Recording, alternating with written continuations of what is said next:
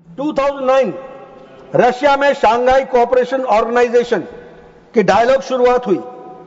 ये इसके बाद है, ट्राइडेंट के बाद। और हमारे विदेश मंत्री जी ने इससे पहले स्टेटमेंट में बताया है कि 2009 में 2008 में घटना घटी थी, 3 महीने बाद 2009 के जनवरी फरवरी में शायद ब्रिक्स में जिक्र तक नहीं हुआ इतने बड़े अटैक का।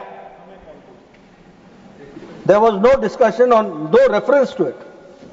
उसी तरीके से इजिप्ट में 2009 में शर्म अल शेख में संयुक्त बयान दिया गया। शर्म अल शेख, क्या शर्मनाक बयान, शर्म अल शेख में शर्मनाक बयान। और क्या किया, भारत के अंदर टेररिज्म को बलूचिस्तान के साथ जोड़ दिया और हम पार्ट एंड पार्सल बन गए, इक्वल्स पर आकर के खड़े हो गए। Both leaders agreed that the terrorism is a main threat to both countries. Both countries means Pakistan. Pakistan जिसकी टेररिज्म हरकत में है, फितरत में है, उसको हमने एक तरीके से clean chit the. Both leaders affirmed that they will resolve fight terrorism to cooperate with each other.